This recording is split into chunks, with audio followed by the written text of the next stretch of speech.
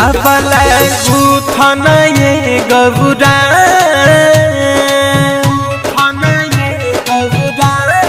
काबला गुथन ये गौरा तो शिव जोगिया के पहिरावे खातिर गुथन ये गौरा तो शिव जोगिया के पहिरावे खातिर गुथन ये गौरा काबला गुथन ये गौरा तो शिव जोगिया के पहिरावे खातिर गुथन ये गौरा।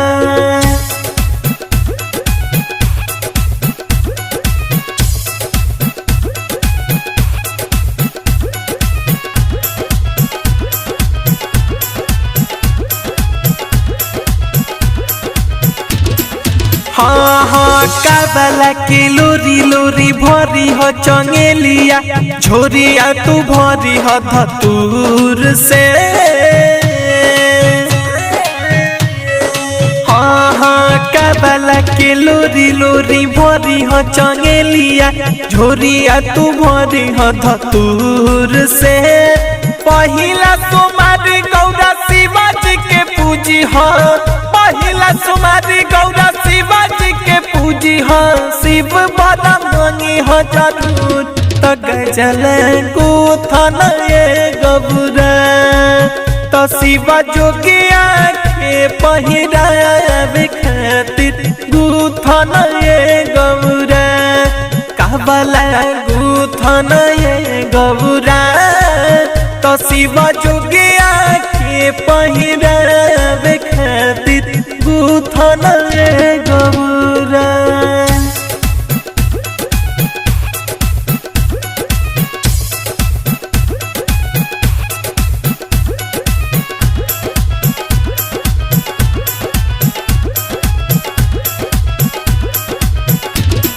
हाँ हाँ भगती से सुन गौरा सकती मिलेला शिव नाम जप भरपूर हो।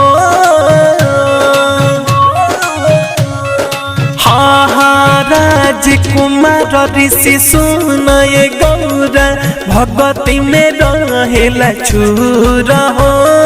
भांग धतूर गाजा शिवा के चढ़ई हो भांग धतूर गाजा शिवा के चढ़ई हो बेल पतिया के तूर काबला गुथन ये गौरा तो शिव जोगिया के पहिरावे खातिर गुथन ये गौरा काबला गुथन ये गौरा तो शिव जोगिया के पहिरावे खातिर गुथन ये गौरा।